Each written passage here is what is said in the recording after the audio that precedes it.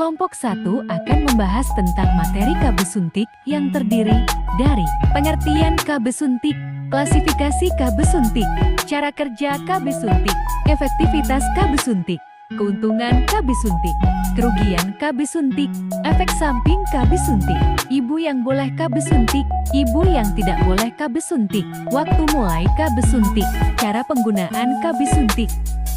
Enjoy for watching.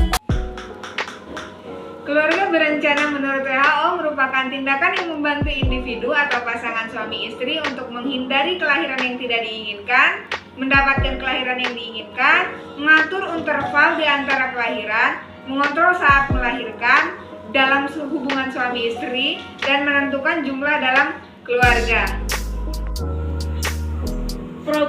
Program keluarga berencana atau KB bertujuan mengendalikan pertumbuhan jumlah penduduk. Hal ini menyebabkan berkembangnya berbagai metode konsepsi, tetapi tidak semua alat konsepsi tersebut bersifat efektif dan aman untuk digunakan keluarga berencana atau KB. Merupakan salah satu pelayanan kesehatan preventif yang paling dasar dan utama bagi wanita meskipun selalu diakui demikian. Menurut WHO, jumlah pengguna kontrasepsi suntik di seluruh dunia sebanyak 4.000 atau sekitar 45%. Di Amerika Serikat, jumlah penggunaan alat kontrasepsi suntik sebanyak 30%, sedangkan di Indonesia, kontrasepsi suntik merupakan salah satu kontrasepsi yang populer. Kontrasepsi di Indonesia paling banyak diminati yaitu kontrasepsi suntik sebesar 34,3%. Definisi KB suntik. Kontrasepsi suntik adalah alat kontrasepsi yang disuntikkan dalam tubuh dalam jangka waktu tertentu. Kemudian masuk dalam pembuluh darah, diserap sedikit demi sedikit oleh tubuh yang berguna untuk mencegah timbulnya kehamilan. Ada dua jenis kontrasepsi suntik, yaitu KB suntik kombinasi dan KB suntik berisi hormon progestin.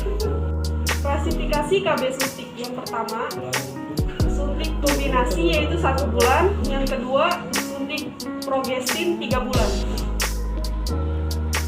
KB suntik kombinasi 1 bulan. Kontrasepsi suntik bulanan merupakan metode suntikan yang pemberiannya tiap bulan sebagai usaha pencegah kehamilan berupa hormon progesteron dan estrogen pada wanita subur. Penggunaan kontrasepsi suntik mempengaruhi hipotalamus dan hipofisis untuk menurunkan kadar FSH dan LH sehingga tidak terjadi perkembangan dan pematangan folikel dan graft, atau dengan kata lain menekan ovulasi. Cara kerja KB suntik 1 bulan. Menekan ovulasi, membuat endometrit menjadi kental sehingga penetrasi sperma terganggu. Perubahan pada endometrium, atrofi sehingga implementasi terganggu dan menghambat transportasi. Efektivitas KB suntik 1 bulan sangat efektif, yaitu 0,1 sampai 0,4 kehamilan per 100 perempuan sebelum tahun pertama penggunaan. Keuntungan kontrasepsi KB suntik 1 bulan. Resiko terhadap kesehatan kecil, tidak berpengaruh pada hubungan suami istri. Tidak diperlukan pemeriksaan dalam jangka panjang. Efek samping saat kecil, mengurangi jumlah pendarahan, mengurangi nyeri saat haid, mencegah anemia. Khasiat pencegah terhadap kanker ovarium dari kanker endometrium, mengurangi penyakit payudara jinak dan kista ovarium, mencegah kehamilan ekstrofik, melindungi klien dari jenis-jenis penyakit radang panggul, dan pada keadaan tertentu dapat diberikan pada perempuan usia perimenopause. Kemudian kontrasepsi 1 bulan terjadi perubahan pada viola haid seperti tidak teratur, pendarahan bercak atau spotting, atau pendarahan selama sampai 10 hari. Mual, sakit kepala, nyeri payudara ringan, dan keluhan seperti ini akan hilang setelah suntikan kedua atau ketiga. Ketergantungan klien terhadap pelayanan kesehatan, klien harus kembali setiap 30 hari untuk mendapatkan suntikan efektivitasnya. Berkurangnya bila digunakan bersamaan dengan obat-obatan epilepsi, penation, dan barbiturat, atau obat tuberkulosis rifampicin.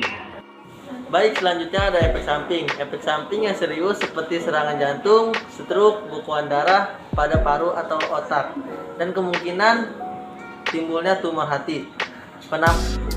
Penambahan berat badan tidak terjamin perlindungan terhadap penularan infeksi menular seksual, hepatitis atau infeksi HIV, dan kemungkinan keseluruhan setelah penghentian pemakaian. Ibu yang boleh menggunakan KB suntik 1 bulan usia reproduksinya adalah telah memiliki anak ataupun yang belum memiliki anak, ingin mendapatkan kontrasepsi dengan efektivitas yang tinggi, menyusui ASI pasca persalinan lebih dari 6 bulan, pasca persalinan dan tidak menyusui, anemia, nyeri hebat, haid teratur, riwayat kehamilan ektrotik, dan sering lupa menggunakan pil kontrasepsi.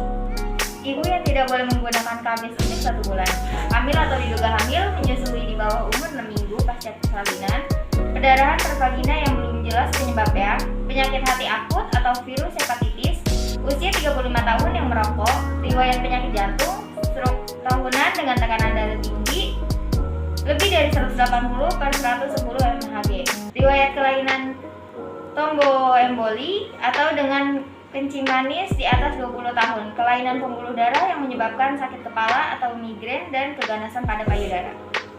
Waktu mulai menggunakan KB suntik 1 bulan, suntikan pertama dapat diberikan dalam waktu 7 hari siklus haid.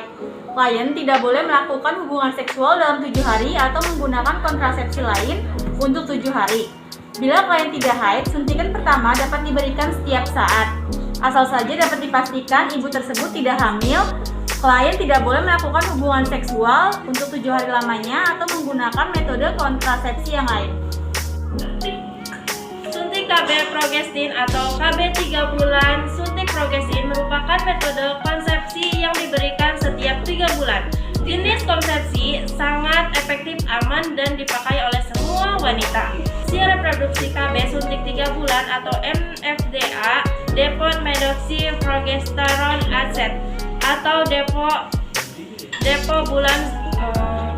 Depo-provera yang diberikan setiap 3 bulan sekali dengan dosis 150 mg yang disuntikan secara IM atau intramuskular pada otot bokong atau pada otot deltoid.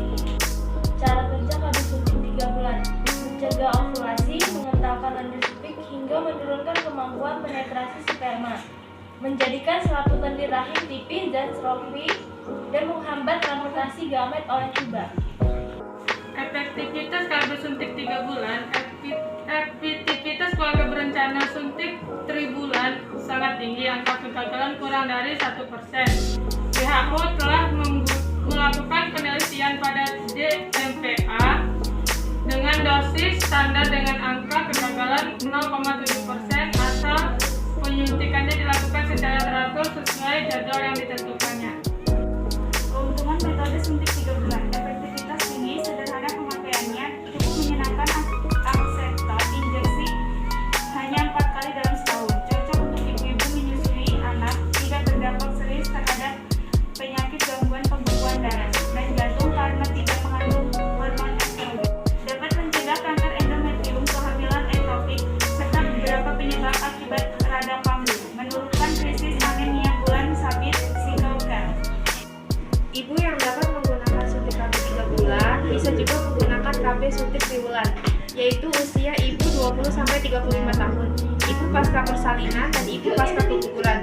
Ibu yang tidak dapat menggunakan kontrasepsi yang mengandung estrogen, ruli, para, dan telah mempunyai anak banyak serta belum bersedia untuk KB lubektomi. Ibu yang sering lupa menggunakan KB pil, anemia defisiensi besi, ibu yang tidak memiliki riwayat darah tinggi, dan ibu yang sedang menyusui.